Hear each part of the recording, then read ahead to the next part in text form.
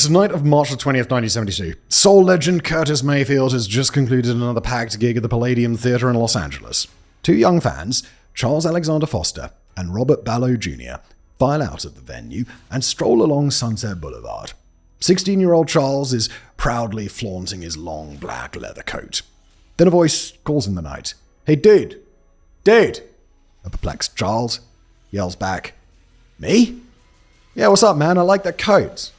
"I do too," Charles replies.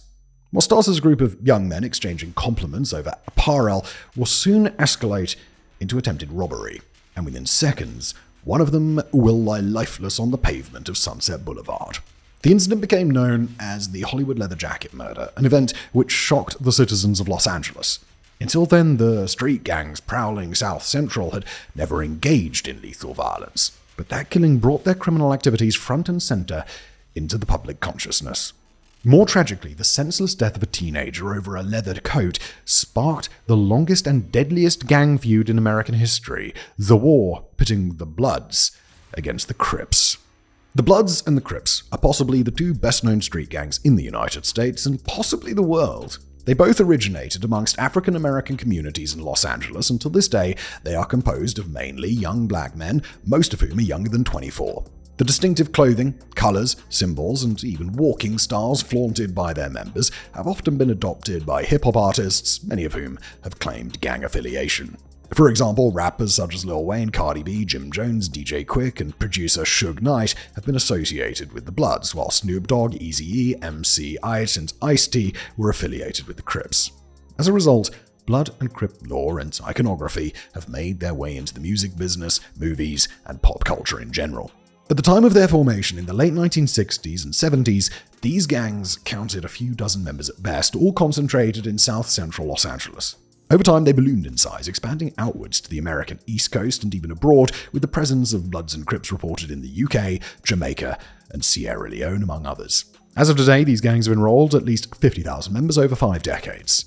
That's a lot of gangsters, which would require a hell of an organization, but the truth is that neither gang has a monolithic, rigidly unified structure. Their members prefer to use the term set rather than gang and describe the Bloods and Crips as a loosely affiliated group of small sets sharing an overarching name, iconography, and mannerisms. Individual sets, even if belonging to the same overarching group, are not necessarily friendly to each other. In fact, they may engage in lethal violence, Cripset versus Cripset, Bloods versus Bloods, to settle personal accounts or take control over a profitable trade or territory.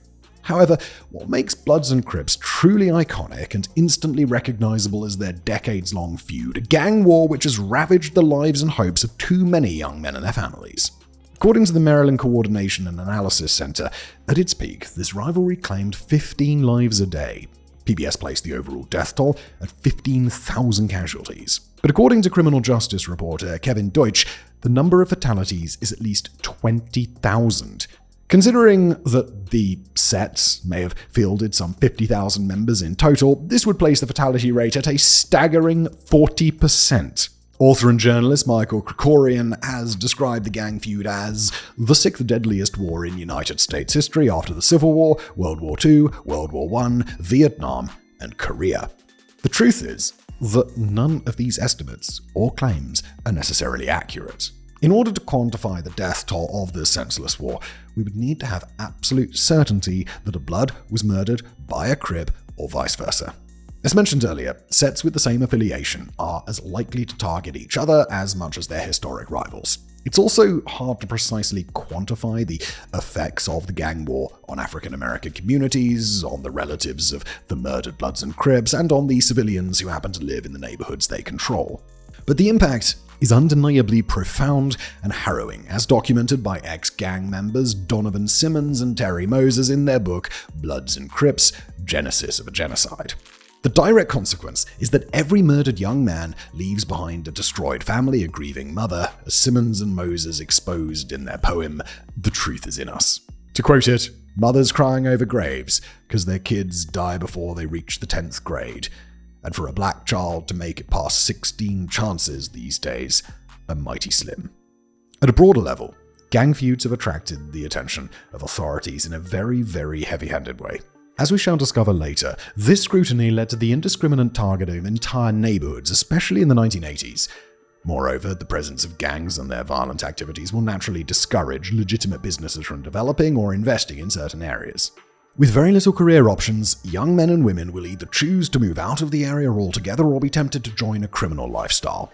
The pattern is not exclusive to areas controlled by Bloods and Crips, of course, and their conflict is, in fact, just a part of the wider gangland phenomenon in the US.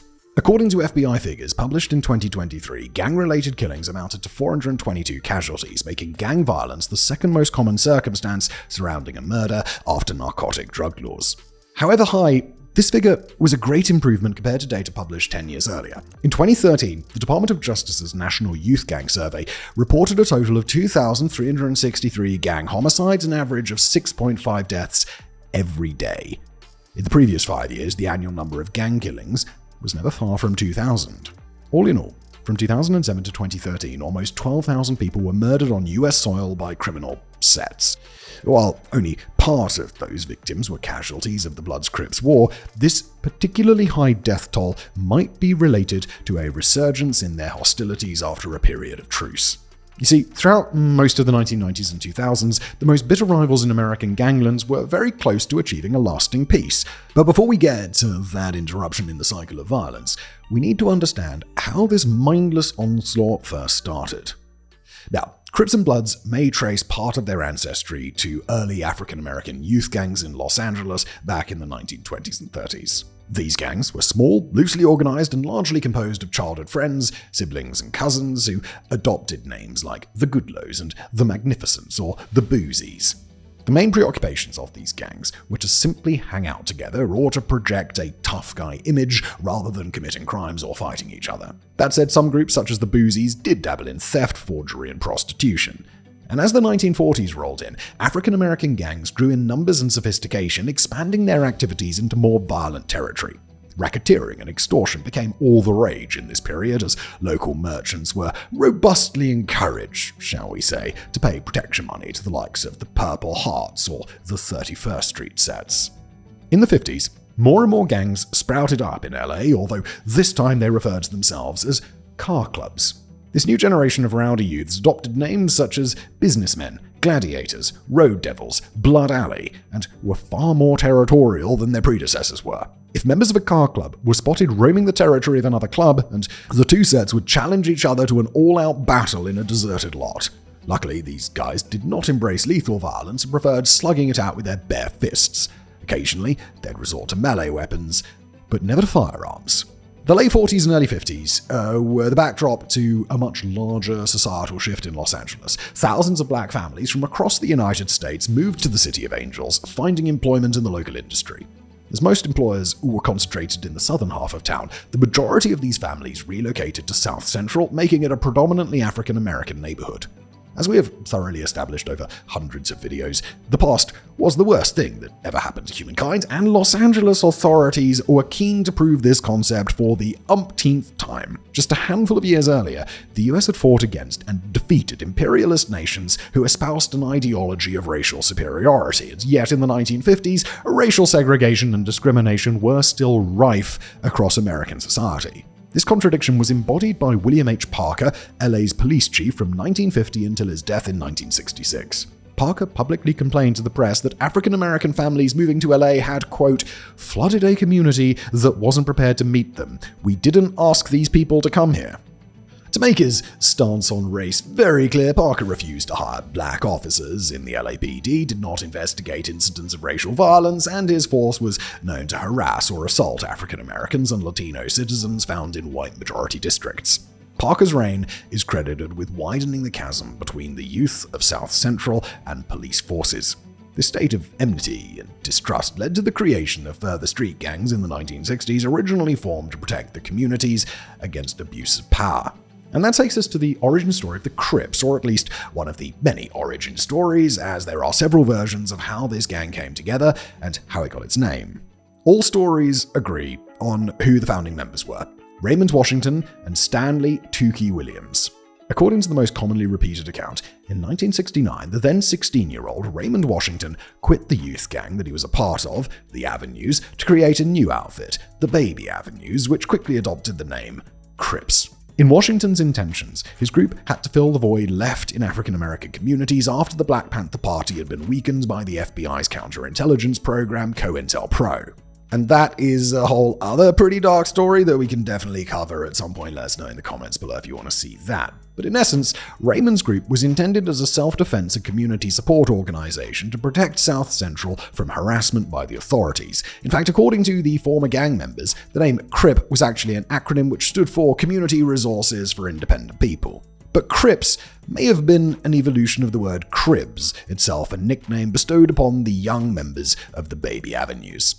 And here comes another explanation for the peculiar moniker. Early members of Washington's set sported fashion choices inspired by the Black Panthers, such as black leather jackets and walking canes. It was due to these canes that the local press first referred to the members as cripples, or Crips for short. By 1971, Raymond Washington had somehow drifted away from his initial priorities. His Cribs or Crips were targeted not only by the authorities, but also by more established street gangs. Washington forged an alliance with Stanley Tukey Williams, who was already running a gang, or a set, of his own. In one single stroke, the Crips had become the larger and stronger outfit in South Central, able to inspire respect and fear amongst their more fractured rivals. Washington and Williams oversaw two distinct spheres of influence. Washington would head the East Side Crips, which gravitated around Fremont High School. The official color of the school sports team was blue, hence the Crips started adopting it as a sign of affiliation. Tukey, on the other hand, was in charge of the West Side Crips, with Harbor Freeway separating the respective territories. Now, early in the history, the two leaders started absorbing other smaller gangs, all of which incorporated the Crips brand identity into their names. And that's how we got the 5 Deuce Crips, the Rolling 20 Crips, and so on. According to sociologist R.D. Flores from Princeton University, it was during this expansionist phase that the Crips abandoned their original self-protection and support purposes, becoming to all intents and purposes a criminal street gang. Or rather a loose collection of sets who engaged in unlawful activities, terrorizing their own neighborhood and engaging in violence against rival outfits. And even if rival gangs were nowhere to be found, the various subsets of Crips were more than happy to battle against each other. Violence could erupt as a result of an actual or perceived personal slight, or it could be the result of tactical encroachment on profitable territories and criminal activities. Often violence was simply a means to an end which could be as mundane as stealing someone's leather jacket. And now let's return to our opening scene. On March the 20th, 1972, shortly after Curtis Mayfield had concluded his concert, 2 Crip members were prowling Sunset Boulevard. They were James Cuz Cunningham, age 19, and Judson Bacot, age 22. That's when Cuz caught sight of Charles Alexander Foster, Robert Ballou Jr., and a third friend walking down the boulevard. Cuz had taken notice of the black leather jacket worn by one of the 3. It was actually a maxi coat, the kind that went down to the ankles. It was the type of coat that looked immensely cool, especially if worn by the likes of Richard Roundtree, the star of the cult movie Shaft. Cuz simply informed Judson, "I want that coat." He approached the trio of friends, and after their initial exchange, Cuz told Charles to take off his coat. When the latter hesitated, Judson pulled out his .22 caliber pistol and growled, "This is a robbery, don't make it a homicide."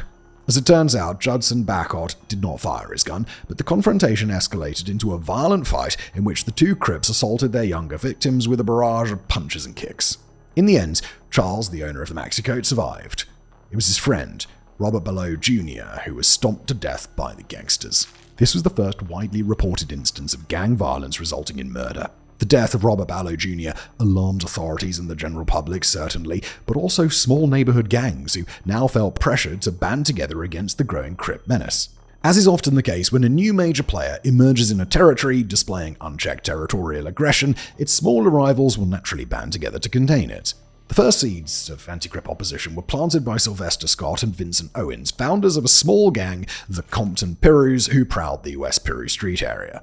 Scott and Owens were already in conflict with the Crip subset in the neighborhood, the Compton Crips.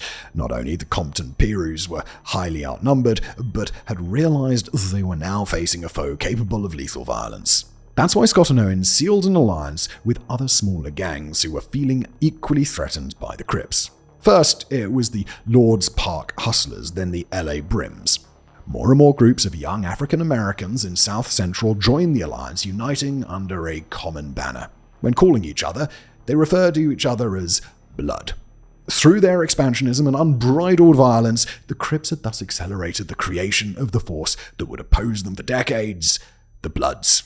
Now that we know how the Crips and the Bloods first emerged, let's take a closer look at how they are organized, what sort of activities they get up to, and their distinctive iconography and rituals. In terms of job description, both sets engage in a similar line of work. Little surprise here that their main source of income is robbery, extortion, drug dealing, and sex trafficking.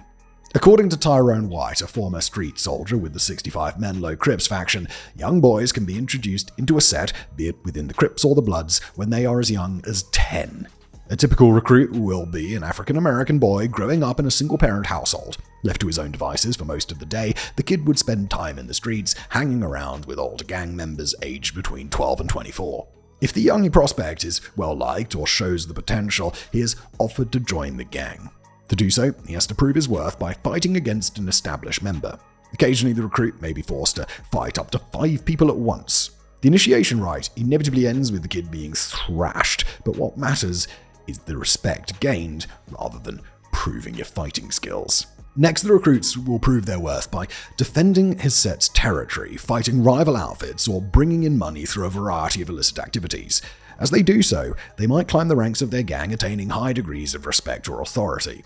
According to former members, such as Tyrone White, Bloods and Crips are more akin to a loose confederation rather than a parastate entity such as, say, the Italian Mafia or the Yakuza.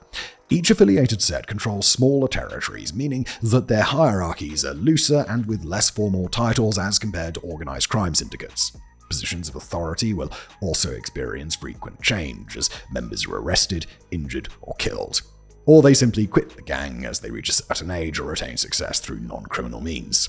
Law enforcement agencies may categorize roles within each gang by using terms such as president, vice president, treasurer, sergeant-at-arms, and enforcer, but according to former members, the ranks are a lot simpler. Most gangsters can be described as little homies or big homies, depending on their age and experience. A big homie who has proven himself can be recognized by his peers as an OG, an original gangster, or even a double OG. To quote from Tyrone White, "The double OG is usually one of the big homies that has put in more work than you can imagine. He's done it all, killed, robbed, made money, been to jail, you name it, he's done it." So OGs and double OGs make up the leadership of each set. As they've done it all, they can delegate the most violent aspects of their activities to enforcers known as street soldiers. Quoting again, "A street soldier is exactly what that sounds like. A street soldier is going to go out there and put in that work for the OG, for the double OG. A street soldier has no limits. He's going to go out there and do what he has to do, no matter what."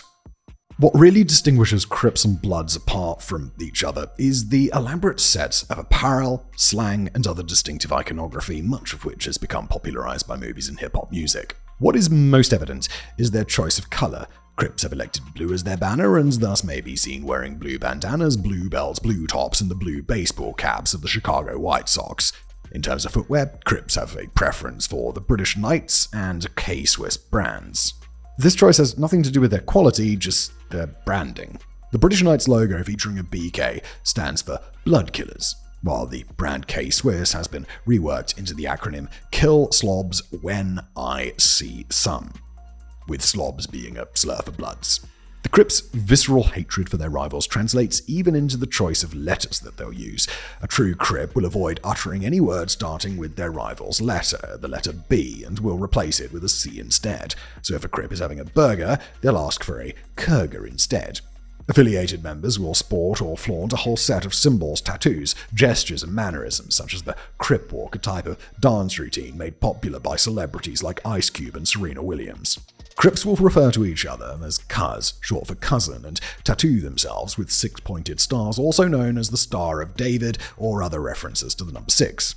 The relevance of the 6-pointed star is not clear, but it may have been adopted following an alliance with the Folk Nation. This is another group of gangs hailing from Chicago, co-founded by David Barksdale, also known as King David. As a reaction to the Crips' use of such a symbol, Bloods have taken a shine to the 5-pointed star and, in general, all references to the number 5. To further differentiate themselves from their enemy, Bloods have filled their wardrobes with red apparel, such as the Boston Red Sox baseball caps. The origin of the choice might stem from the sports colors of LA's Centennial High School, a breeding ground for early Bloods. Much like the Crips, the Bloods have their own walk-like dance, intricate hand gestures to identify themselves, favorite bands, and a particular aversion to a certain letter. Bloods will replace the letter C with B whenever possible, except when sporting a Calvin Klein item, of course, as they interpret the CK as Crip Killer. It took time for the respective factions to develop what essentially were their uniforms, but the enmity was there from the very start. From 1972 to 1979, Crips and Bloods swelled in overall numbers. But this does not necessarily mean that each affiliated set had become larger in terms of manpower. To the contrary, each individual set was relatively small, but there were just more of them, widely disseminated throughout the Los Angeles area. In other words, Los Angeles was not the battlefield for two large blocks holding consolidated territories and facing each other across a well-defined fault line. Rather, the city had become the backdrop of a myriad of battlefields, countless turf wars waged by numerous small gangs scattered around the area. It wasn't just a feud, it was a fractal explosion of feuds with dozens of murders every year. In South Los Angeles alone, 450 people died as a result of gang violence from 1972 to 1979. A majority of these killings resulted from Crip versus Blood fights. Throughout this period, Crip founder Raymond Washington grew disillusioned with his own creation. Washington had always been opposed to the use of guns, preferring to settle accounts with a good fistfight. But after his arrest for robbery in 1974, he lost his grip on the gang, which became irreversibly fractured, loosely organized, and prone to use deadly violence.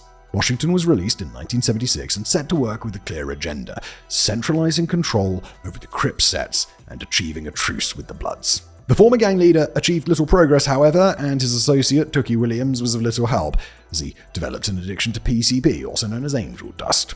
In any case, by the end of 1979, both Crip founders would be removed from the picture. In February and March, Williams perpetrated 2 violent robberies, killing 4 victims in the process. He'd be arrested and sentenced to death in 1981, a sentence carried out in 2005. As per Washington, he would fall victim to a drive-by shooting on August 9, 1979, a murder which remains unsolved to this day. By the early 80s, the Blood versus Crip war had escalated beyond all control. A decline in the automotive sector in Los Angeles led to high unemployment, providing the gangs with more and more recruits. At the start of the decade, their overall membership amounted to almost 30,000 young men. This swell in troop numbers coincided with the introduction of crack cocaine, which made for an extremely profitable trade. Blood and Crip sets pounced on the opportunity, contributing to what would become a true epidemic of addiction within their very communities. Larger armies were now competing over control for open-air drug markets and distribution routes, which inevitably led to soaring murder rates. However massive, Los Angeles was, and is, just one town. And as the old cliché goes, that town wasn't big enough for the two gangs. This is why, during the 80s, Blood and Crip members exported their drug trade throughout the US, setting up affiliated sets as far as the East Coast or forging alliances with already established gangs. And as they spread their business and influence outside California, they also exported their particular brand of violence. Many of the shootouts and killings would be related to drug trafficking, certainly, but often they were not the result of carefully planned hits to gain a business advantage. According to former gang members such as ex-Blood Skip Townsend, lethal violence was chaotic, improvised, and unpredictable. Quoting him, "Most of the shootings are emotions. You know, somebody's with somebody's girlfriend, somebody stole somebody's car, somebody got beat up at the mall, and now they know they're going to be at the skating rink tonight. You know, the gang wars were not just a table of guys strategizing, like, who are we gonna shoot next?" Los Angeles police forces attempted to curb gang violence by enacting several sweeping programs as early as 1979. These operations would prove as ineffectual as they were brutal, and they perpetrated distrust toward authorities whilst doing little to dissuade African American youth from a life of crime. The first specialized operation was the Operation Safe Streets program, or OSS, launched in 1979 by the Los Angeles County Sheriff's Department. The OSS included teams within the District Attorney's Office, as well as a gang supervision program within the Probation Department. but its spearhead was a task force of specialized officers who became infamous for harassing black youths without any proof of them having a gang affiliation. The OSS was followed by the program devised by Daryl Gates, chief of the Los Angeles Police Department, or LAPD. This became known as CRASH, which stood for Community Resources Against Street Hoodlums. By Gates' own admission, his preferred name would have been Total Resources Against Street Hoodlums, with the acronym, of course, being TRASH. Quoted from Gates, "We tried calling it trash as a way of demeaning gang activity, but some activists in the community objected. It was unseemly, they said, to call our units trash because we were dealing with human beings." Officers within the crash teams enacted controversial tactics. For example, according to the Los Angeles Times, they would kidnap members of either the Crips or the Bloods and then dump them in rival territory. Or, shortly before and during the 1984 Olympic Games, Gates would direct his crash squads to enact sweeping mass arrests. This approach would remain a signature crash tactic, culminating with Operation Hammer in 1986. Over a 6-month period, the LAPD would essentially besiege and occupy South Central, arresting 1,453 individuals. About 90% of them would be eventually released without charges. LA City and county officials were very eager to fund programs such as OSS and CRASH. At the same time, they were equally willing to slash funds for less bellicose projects designed to steer teenagers away from gang life. As reported by the Los Angeles Times, a number of youth gang counselors were fired to allow the LAPD to hire gang specialist detectives. In the meantime, the Bloods-Crips war continued to rage on undeterred, perhaps even fueled by the repressive strategies enacted by authorities. The general public in and outside LA was aware of the ongoing war between the two gangs, but the perception was that violence would not involve ordinary citizens. But that perception changed on January 30th, 1988, when 24-year-old graphic artist Karen Toshima was caught in the crossfire of a shootout between rival sets. The war had spilled outside of gangland, exacting civilian victims. As a result, Chief Gates ramped up his activities, conducting more and more sweeping mass arrests under the CRASH banner. As reported by former officer Don Jackson, massive sweeps ran from 1987 to 1990. In 1 year, 50,000 people were taken to jail without a blink. The large percentage had no criminal charge sustained against them. There was no significant reduction in crime. So simply a massive engagement of a denial of constitutional and civil rights. They've continued to have sweeps ever since then. End quote. Over that same period, the LAPD had to face more than 2,600 allegations of excessive force filed by private citizens. These allegations led to 1,400 officers being investigated, of which less than 1% were prosecuted. The tension between the police department and Los Angelinos finally erupted on April 29, 1992. On that day, 4 LAPD officers accused of brutally beating African-American citizen Rodney King were acquitted, even though the act had been caught on camera. A mere few hours after the acquittal was announced, thousands of mostly African-American and Latino residents took to the streets. The Los Angeles riots raged until May the 4th and resulted in 6,000 arrests, more than 2,000 injured, and a death toll of 63. While national and international media reported about the Battle of Los Angeles, they missed another groundbreaking event which was taking place at the same time. Representatives of the Bloods and the Crips had met in the Watts district to negotiate a ceasefire, a truce in their 2 decades-long war. The Watts Truce would later be interpreted as a reaction to the vicious assault against Rodney King. In that interpretation of events, Bloods and Crips were joining forces to loot the city and fight together against the LAPD. The truth is, the truce was agreed on April 28th, the day before the acquittal of the 4 officers, and peace talks had already been going on since 1988, steadily championed by Aquila Sherrills, a former Grape Street Crip. Sherrills was influenced by the writings of the civil rights activist Malcolm X and James Baldwin, which gave him, quote, courage and language to begin to speak with folks in the neighborhood about what was happening. In one conversation at the time, Sherrills was able to convince other Crips about the need to stop their pointless massacres. Aquila then approached the Bloods faction, meeting some expected resistance. The already quoted Skip Townsend was one of those who initially opposed any idea of shaking hands with the enemy. But Skip, like many others, realized that they were living in a state of perpetual underlying tension and fear. In his own words, quote, I couldn't even pump gas, I couldn't go to the grocery store, I couldn't do anything without interacting with someone who would want to hurt me, or I'd have to hurt them. After months of preparation, Aquila Sherrills' hard work paid off with the 1992 Watts Truce formalized in 1994 with a written treaty modeled after the 1949 peace agreement signed between Israel and Egypt. Bloods and Crips had thus achieved a state of peace, and the Watts district experienced a sharp decline in violent gang crime. But according to LAPD reports, the two factions continued to fight and to kill in other parts of the city. From May to August 1992, officers recorded 24 murders involving either Bloods or Crips, with 9 of them directly related to their rivalry. This data represented a sharp decline compared to the death tolls of previous years, but it showed how not all affiliated sets were on board with the truce. We said it earlier and we'll say it again, Bloods and Crips were and are not centralized crime syndicates, and thus individual sets would not feel bound by the terms of the 1994 treaty.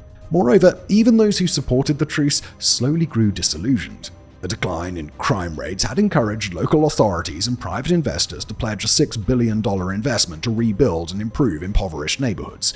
The plan was set to create 74,000 jobs over a period of 5 years, giving hope for a prosperous future away from crime. But that plan never materialized. With little options left, many young men in Watts, South Central, and other areas continued to gravitate toward gang life. While the truce entered into being, the Blood-Crips rivalry fully burst onto the popular culture scene. Large audiences were first introduced to the feud by the 1988 Dennis Hopper film Colors, starring Robert Duvall and Sean Penn as two crash officers. John Singleton and the Hughes brothers later captured the gang members' point of view with Boys in the Hood and Menace to Society, released in 1991 and 1993. But the medium that most promoted the image and lore of the South Central Blood or Crip was undoubtedly hip-hop music and gangster rap specifically. As mentioned earlier, many artists in the genre were affiliated with either gang, meaning that often their rivalry manifested in typical rap beefs, which sometimes degenerated into lethal violence. The mother of all beefs is perhaps the enmity which pitted producers Suge Knight and his Death Row Records against Sean Combs, aka Diddy, and his Bad Boy Entertainment. While not fully fledged members of either gang, Knight would be affiliated to the Bloods and Combs to the Crips. In 1995, Death Row and Bad Boy added another layer to their conflict by declaring an East Coast-West Coast war. Most of the shots were fired metaphorically in the form of offensive lyrics in diss tracks, but the beef quickly escalated into actual violence, resulting in the murders of two hip-hop superstars, Death Row's Tupac Shakur and Bad Boy's Biggie Smalls, aka Notorious B.I.G. According to former homicide detective Robert Ladd, the events leading to Shakur's death were set in motion by a 1996 incident in which Orlando Anderson, a Southside Crip, assaulted and robbed one of Suge Knight's bodyguards. The attack was followed by 10 days of vicious conflict in Compton, pitting the Southside Crips against the mob Peru Bloods. On September 7, 1996, while in Las Vegas, Tupac Shakur spotted Orlando Anderson at the MGM Grand Casino.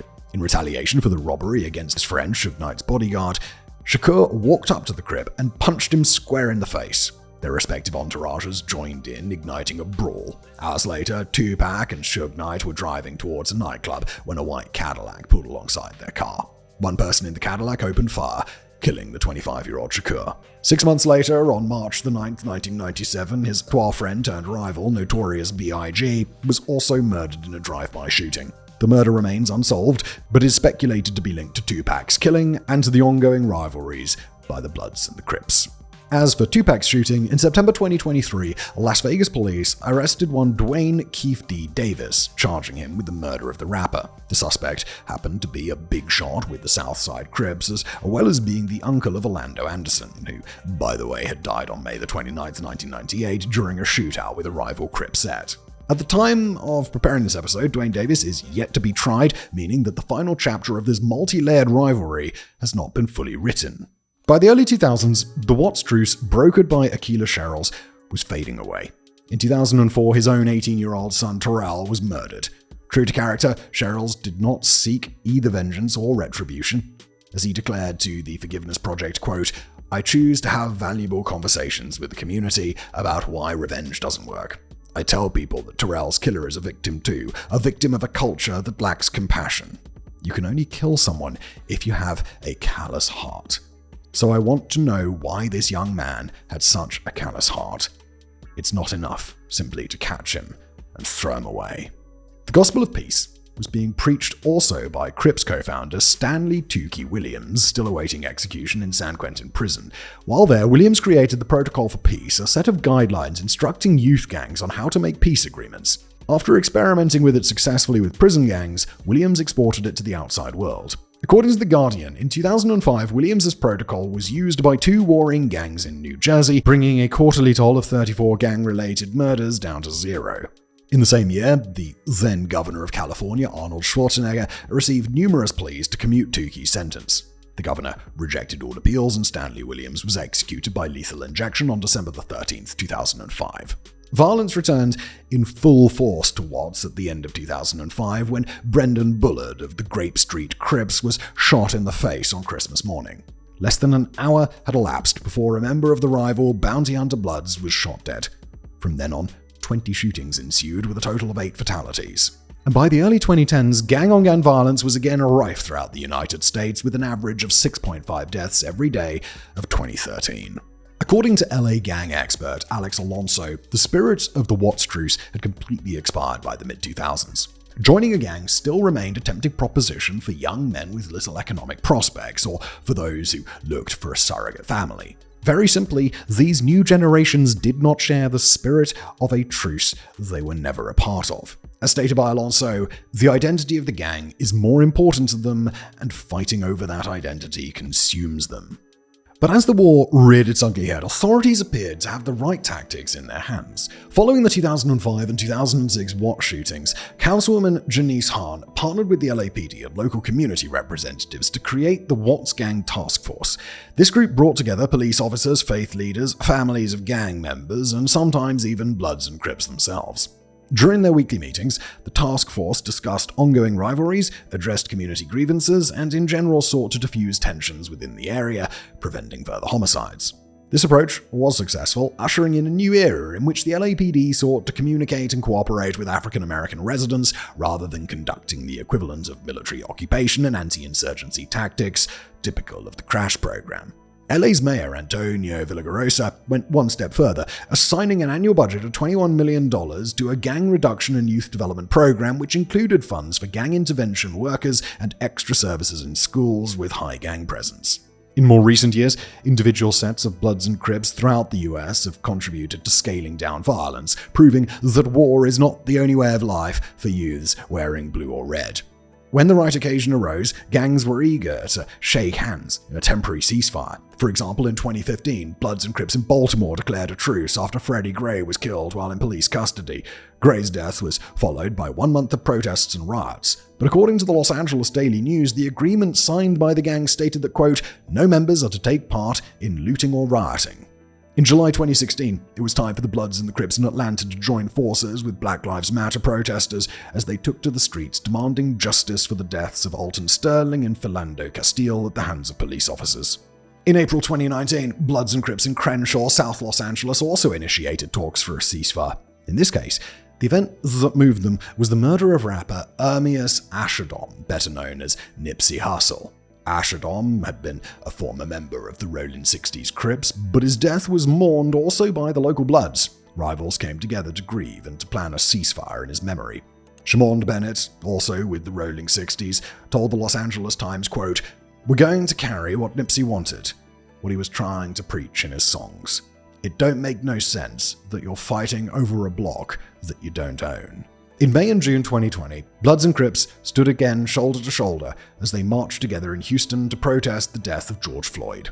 And during the COVID-19 emergency and lockdown, Bloods and Crips in Allentown, Pennsylvania and South Los Angeles rose up to the occasion in support of their communities. The Allentown gang members came together to organize a free diaper distribution service, delivering them to 1,100 local families. While those in LA wore red or blue face masks to walk the streets and encourage fellow citizens to vote since their criminal records prevented them from doing so. You may have picked up a pattern here. When a community is struck by an emergency, grieving over a sudden loss or protesting against police brutality, Bloods and Crips in that community are ready to set aside their enmities and offer their support. But recent truces can also be unrelated to such events and may be driven by the initiative of an individual. Earlier we mentioned Skip Townsend, a Bloods leader who had joined in the 1992 Watts Truce after some initial resistance. In February 2022, Townsend enacted a simple plan to put an end to the war between two specific sets, the Rolling 60s Crips and the Inglewood family Bloods. He invited them to brunch and paid the $286 bill. Townsend got the rival gangs talking over salmon bagels and Bloody Marys. That's all it took for the Rolling 60s and the Inglewood family to acknowledge and respect the other side. To quote from Skip, "Those who wear blue, those who wear red, it's important that they know each other and build relationships to stop the violence." Speaking to the Los Angeles Times in June 2024, Townsend stated that there had not been a single homicide since that fateful brunch. Now, we like to think that in a perfect world, every rivalry, feud, war could be solved with something as simple as a pleasant meal and a conversation. We are conscious, though, that ours is not a perfect world, and that it may take years, even decades, before the last Blood or Crip victims fall to this mindless slaughter. Nonetheless, the figures are encouraging. In 2013, 45 people were dying from gang-related violence every week. 10 years later, that number was down to 8. It's 8 too many, of course, but over the past 20 years, Bloods and Crips across America have demonstrated once and again that they are willing to talk to each other, and even to authorities, to find another way, an alternative to this state of conflict, a perpetual machine of misery in which each body clad in red or blue fuels the rage that will inevitably destroy the next life. We'd like to conclude today by quoting from another poem by Donovan Simmons and Terry Moses, "Teardrops and Closed Caskets." The poem describes how a mother mourns her murdered son, asking herself the question why her son had to die. The boy's fellow gang members promised her that his death will be avenged. An eye for an eye. Someone else must die. But the mother cannot find solace in the endless cycle of violence. As she looks into the future, with no justification of why, all she could see is another mother cry. Thank you for watching.